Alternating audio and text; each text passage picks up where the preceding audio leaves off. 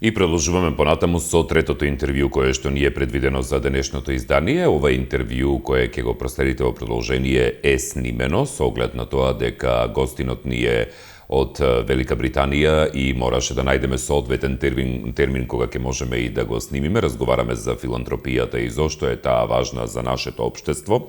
Од една страна, од друга страна и како стигнал тој во неговиот пат до моментот да води една од најзначајните мрежи филантропски кои што се занимаваат со донирањето. Впрочем, станува збор за господинот Фредерик Мулдер.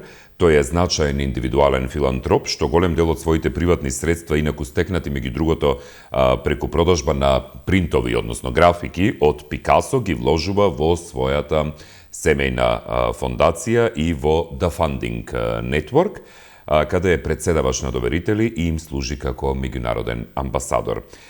Партнер на оваа мрежа во Македонија е невладината, односно Сдруженијето Конект, со кој што многу пати сме разговарале за овие прашања, така што им благодариме што ни овозможија и контакт да го реализираме токму ова интервју. Останете со Телевизија 24 и со интервјуто кое што следува, кое навистина има многу интересна приказна и верувам дека ќе уживате да го следите.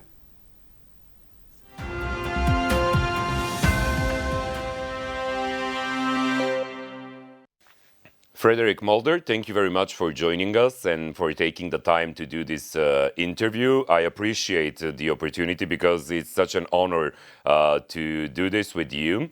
And if you're ready, we can start with the questions and with the interview, and welcome.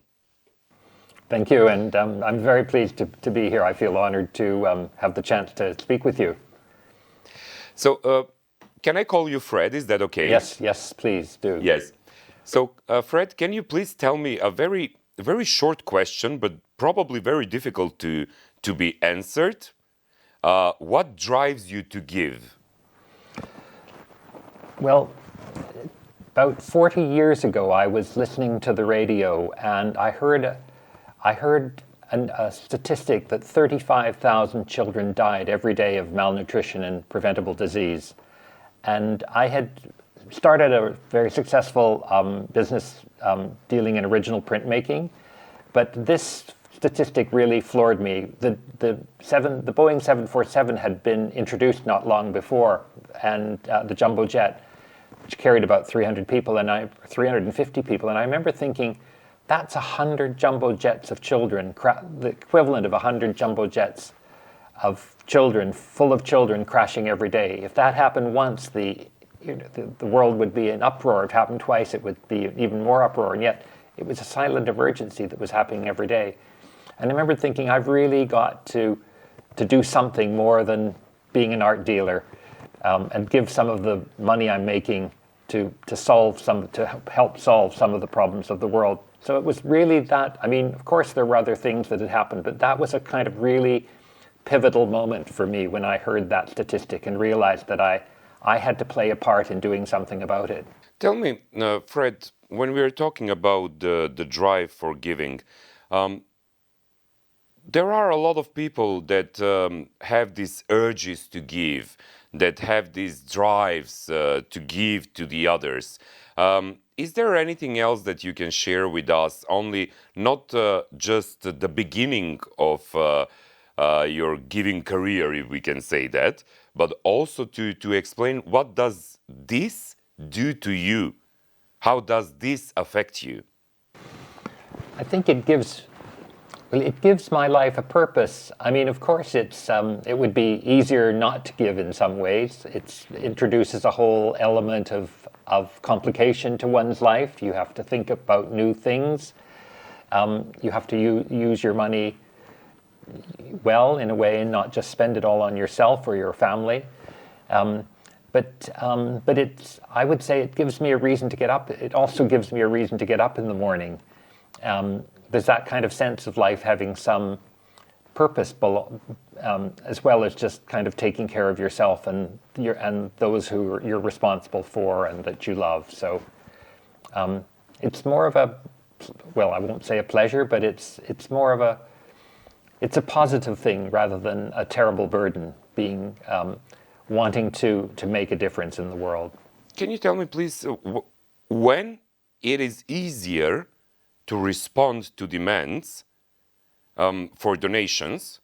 Why did you set up a foundation? I wanted to have, of course, when I started, I did kind of just respond to demands.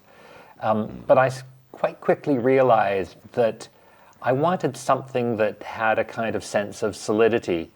And setting up a foundation means there's something permanent, something into which you can put a lot of money in a good year and spend it out over gradually, and something that demands a degree of thought and planning and strategy. Whereas if you're just responding to what people ask of you, then you don't really have a direction, and it's really difficult to be sure that you're making a real difference. You're pleasing the people who ask you, but that's not what it's all about.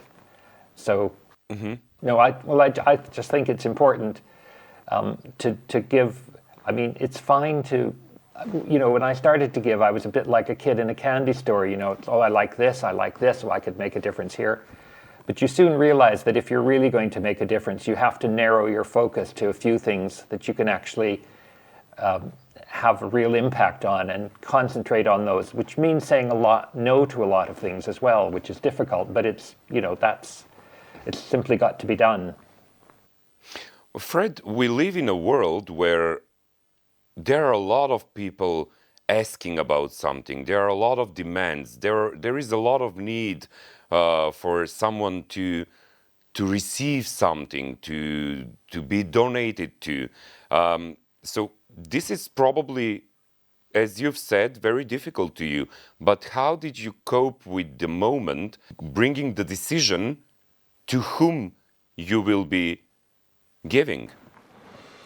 Well, in my case, I formulated a kind of list of priorities. I mean, what I really want to do is to help to create a world which is secure, which is environmentally sustainable, which is fair, and in which the interests of future generations are taken account of in the decisions we make today. Those four things are my kind of touchstones, really, in my decisions.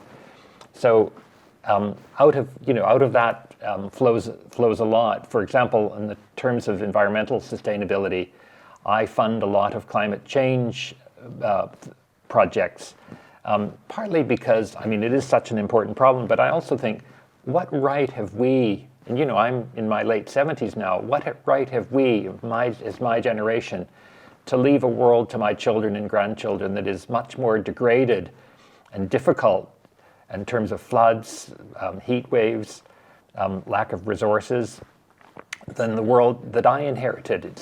It's actually feels like stealing from my children and my grandchildren. So I'm animated by those considerations. Yeah. So is this the reason probably why have you set up the funding network, even though you already have your family foundation? Well, I set up the funding network and my own foundation, of course, are very different animals. The foundation I run with my 3 children, and the funding network is a much larger group of people. We do many things together in life. We eat together, we dance together, we play together. And yet most of our giving is done on our own. It's a kind of solitary act, and it's often done in response, as you mentioned, to a request from someone else. So I wanted to make the process of giving money away, making a difference in the world, a bit more like the rest of life. So to do it together. And I also wanted to set up an organization that gave people a choice about projects to support. Usually if you're asked by someone for a donation, you either say yes or no. Whereas I wanted to create a structure, and a structure where more than one project could present in an event. And at some point we'll talk about how Tiffin works. Could present a project at an event, but there wouldn't only be one project. There would be several projects to choose from. So one might resonate with you and another might not. I actually wanted to make charitable giving a bit more like being in a public marketplace. You'd never go into a shop where there was only one object for sale. You know, in the commercial world, you always have a choice of what you're going to buy and what you're going to leave behind. And I wanted that to be true of the charitable world as well, because not everything is going to resonate with the same people. So I wanted to somehow replicate that aspect of the kind of ordinary commercial world in the world of charitable giving. So you already tackled a little bit. We've scratched the surface of how the TFN works, the funding network. But can you just explain a little bit more of how the network does work? What happens during events or anything? So if people, let's say, try to communicate with you, they should probably know already something about it. We have a website that is both for our UK side and also for the international groups, among of which we have about over 20 now. So we work in quite a straightforward way. We have normally 3 projects that come and present. Anyone can come to a meeting. Each project asks for the same amount of money. In the UK, it's £10,000. In other countries, it's usually much less. And each project gets the same amount of time, 6 minutes to present, and another 6 minutes to answer questions. And at the end of the 3 presentations, we let the charities go because they've done their work. And then we have a public pledging session where people call out their pledges. Mary, £100, Joe, £50, whatever, Steve, £500. And at the end of the event, we of course know whether we've reached the target. So that's in a nutshell how it works. So only 6 minutes. For a start, we felt that 6 minutes is probably enough to make your case. And also, if you're presenting, if you've got 3 projects each presenting for 6 minutes and another answering questions that's almost 40 minutes. And that seemed like a good period of time to keep people's attention. And I think it's actually... that is quite enough. I agree on that. That is quite enough. And I think it's actually quite a good discipline to learn to make your case in 6 minutes. And we also thought... Agreed. The other thing is that we're very, very strict about time. I've been to too many charitable events where things run over and the charity presenting or the whatever it is doesn't kind of respect that they're talking to busy people. So we actually have a little bell that rings at 5 minutes and another that rings at 6 minutes. And that's actually, I think it's actually increased people's trust in us that we keep such good timekeeping. So... Yeah, I like the part of having the discipline, because this is probably something that we lack nowadays. And when we are talking about the lack of things, there is this for me personally, it's very unusual, but I see the world where we live in. So nowadays, how do you think that philanthropy can help deal with social challenges? And my previous comment was regarding this second part of my question. Why isn't that the work of the governments? Well, I kind of think of it like this.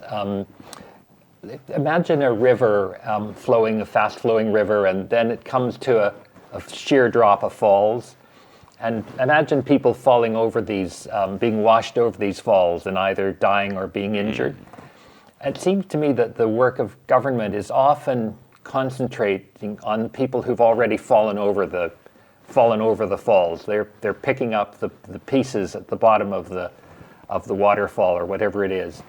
Whereas I think actually the place of philanthropy is upstream, not downstream. Upstream, it's preventing people from being washed over the falls in the first place, which may be by building a barrier, it may be by diverting the course of the river, it may be by developing a way for plucking people out of the water. But I think it's much more interesting really to try to prevent something bad happening than to try to fix it once it has happened. But governments do seem to be devoted to waiting until the bad things have happened and then trying to correct things, rather than spending, scarce resources, whether it's money or time, on preventative actions. Whether that's war, climate, imagine see what's happened with climate. If we had addressed the issue of climate change seriously 30 years ago, we'd be in a very different position than we are now. Yeah, true that. Fred, can we explain the important role of the civil society organization, of the CSOs, as recipients of donations and support? Because this is very natural for me for this following question after the previous one, because these civil society organizations are doing everything in their power that they have to support the citizens, to support the causes, to support everything. But also the CSOs need support and donations as well. Well, when you get into this world and you see what needs to be done and you think, can I do this myself? What kind of difference can I make? And of course the temptation is to think I ought to do something about it myself, but I very quickly learned that my skills are elsewhere than in feeding people or environmental activism or whatever. True. I've been successful financially in my business, and I'm much better off finding people who are doing this work and supporting them than trying to do something myself. So I think that CSOs have an incredibly important role to play.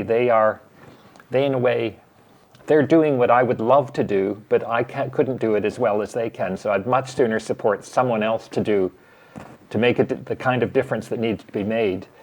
I'll help to support that, but I'm better off doing that than trying to do it myself. Yeah, but when we are talking about this, there is also a very big importance that should be noted here, that probably the most successful stories of the success stories were the ones of the personal success of individual philanthropy. So can you please give us a little bit more info about your personal story, about your personal philanthropy? Because I truly do think that people will be inspired by someone's personal success and story. Well, after the episode that I started, that I told you about, where hearing the statistic about 35,000 children dying every day of preventable disease and malnutrition, I started to give money in a reasonably serious way. And then a couple of years later, I set up a foundation, and I was able to give usually kind of £30,000 a year. And then I've been mainly a Picasso dealer, and I was fortunate enough to be able to compile the most important collection of Picasso lino cuts in the world, because I knew that came out of nowhere, Picasso dealer. Well, yes, I didn't. I've never done an art history course in my life, but I started to collect when I was at university, and I got hooked and decided that instead of going and being an academic, I would be an art dealer. Please, I would like to hear more about this. Please do continue. And anyway, just to continue part of the story, when I had finished compiling this really important Picasso collection and bought much of the estate and private collection of one of Picasso's printers, I managed to sell it to someone in Saskatoon, Saskatchewan, which is the town where I did, the city where I did my first undergraduate degree. I'm Canadian, but although I've lived in England now for more than 50 years. And at that point, I sold it for $20 million, and I was able to take half of that and put it into the foundation. So that meant I could play at a very different level. I went from being able to give £20,000 or £30,000 a year away to giving £500,000 a year away. So, and it was at that point that I really realized that I had to be more strategic. So I've hired a part-time director. I brought all my 3 children onto the board, and it's been an interesting ride. This is very important that you've mentioned, and it gave me the idea of another question, which I think that it should be very noted. Is there a line to be drawn between humanitarian giving and also strategic philanthropy? How would you define, Ogden, how would you define humanitarian giving? Well, giving out of your heart.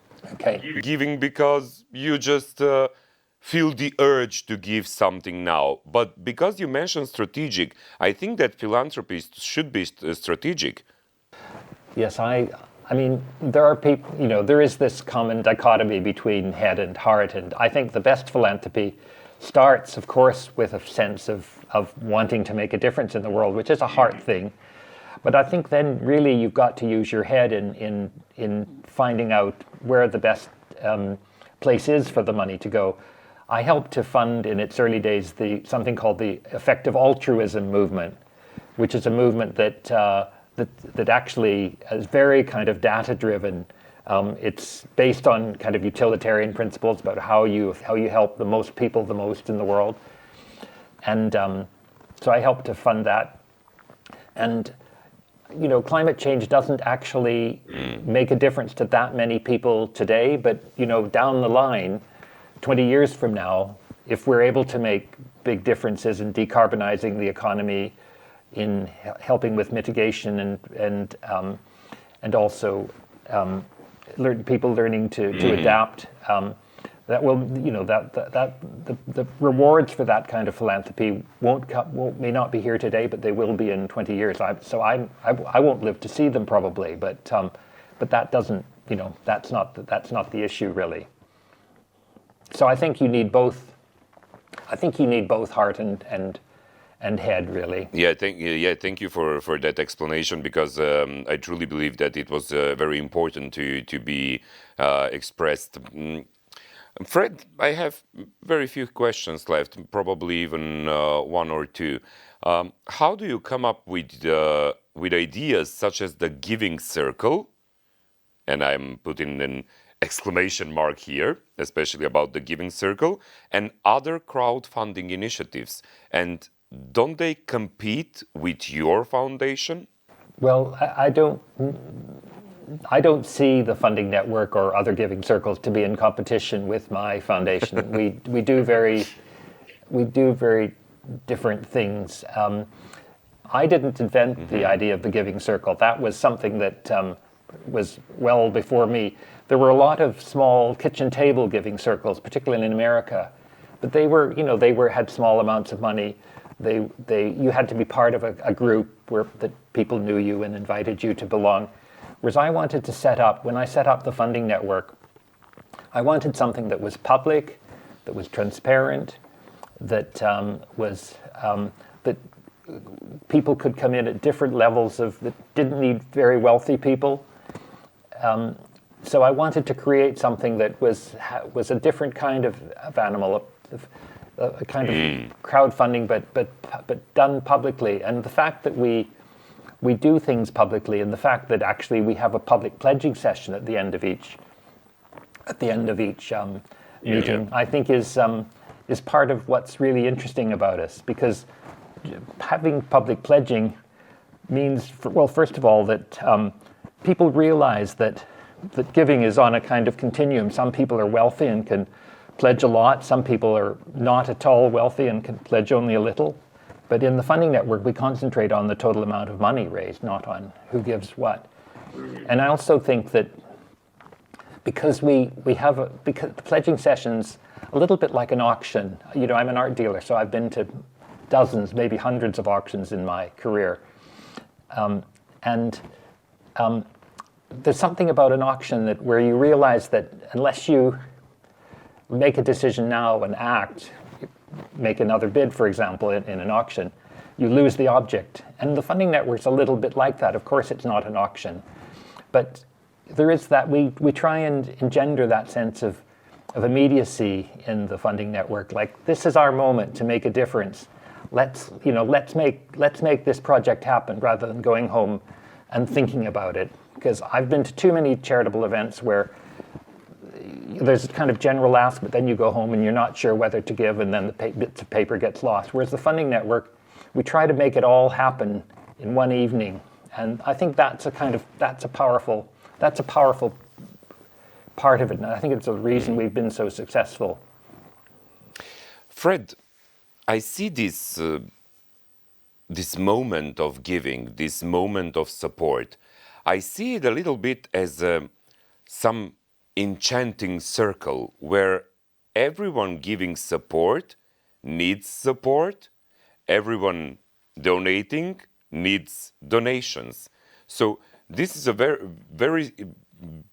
very magical circle for me. So does the funding network, for example, also need at least infrastructural support, or someone supporting the funding network, so the funding network can support other organizations, those other organizations can support individuals, and so on, and the circle goes all the time in 360 degrees? Well, of course we need funding. We get quite a bit of our expenses, but we take a small levy on grants. We have a membership fees, but that doesn't pay for all of our expenses. So we have a small group of people in the funding network who actually help to support the operational costs. And we have some grants, some outside foundations as well that support us. We have what's called the Swan Appeal every 2 years. I like to think of there are charities that spend all their time asking for money for themselves, whereas I wanted us to be to kind of concentrate on raising money for the projects that came to Tiffin. But of course, we need to pay for our own operational expenses. So every 2 years, we have what's called the Swan Appeal, where we actually show the people that underwater, like a swan, we're paddling madly to keep going. But on top, we're sailing serenely along.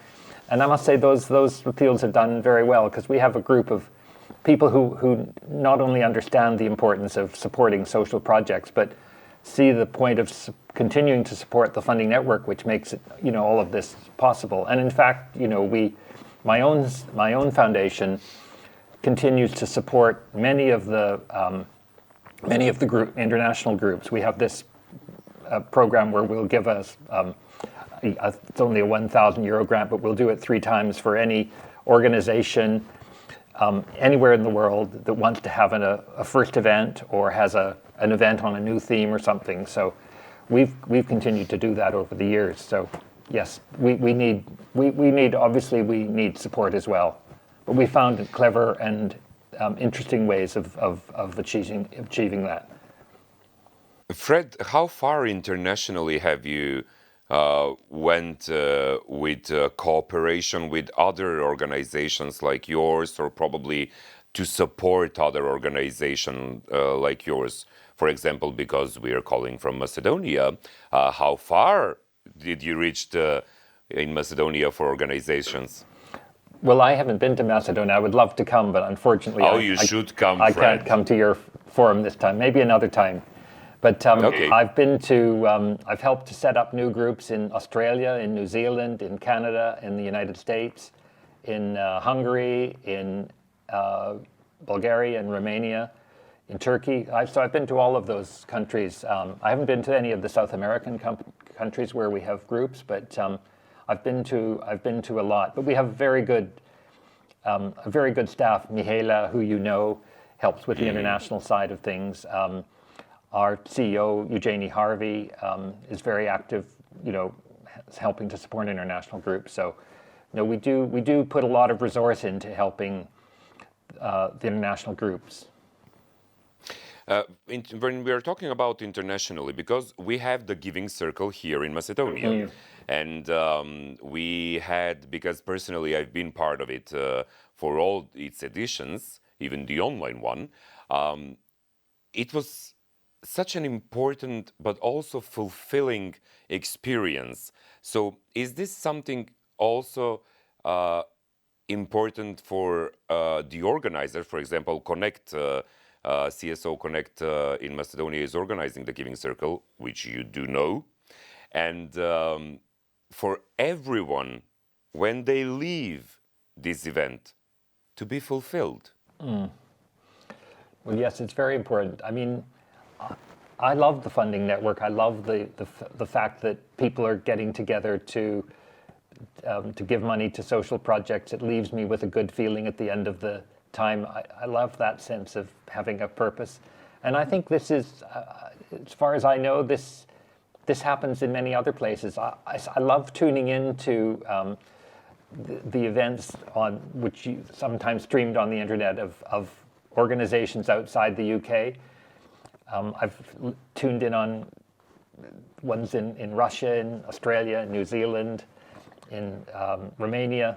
And although I don't understand, of course, some of the language, you have that same sense as when you watch an event like that, of people actually having a very pleasurable and time, but doing something important as well, which is supporting social change projects. So I think it's very important that people leave an event feeling that they've enjoyed it and they've done something important, not that money was forced out of them or whatever.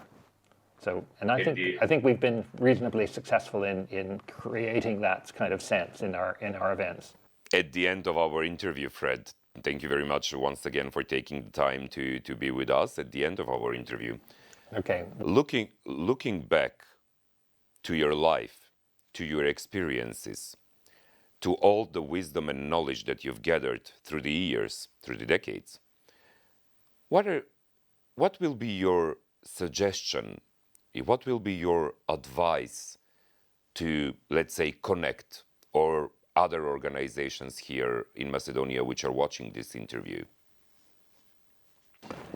Well, I don't know too much about what you're doing specifically, but obviously you've had more than one event, so you're doing something successful. So I would say, keep going. Make sure that you keep the thing fresh. Find new ways of doing things. Look for new places to have events. Certainly involve your givers in choosing projects and in perhaps being part of the event itself. I think you've kind of don't let yourself get into a rut, but enjoy the process and realize that although there are many problems in the world and we're not solving all of them, we are making a difference to some people. We've now raised something like £17 million over the 20 years. And so we must be doing something right. So just keep going. I think that's what I would say. Frederick Mulder, thank you very much for taking the time to be with us and for sharing your personal stories and successful experiences from the funding network and your family foundation.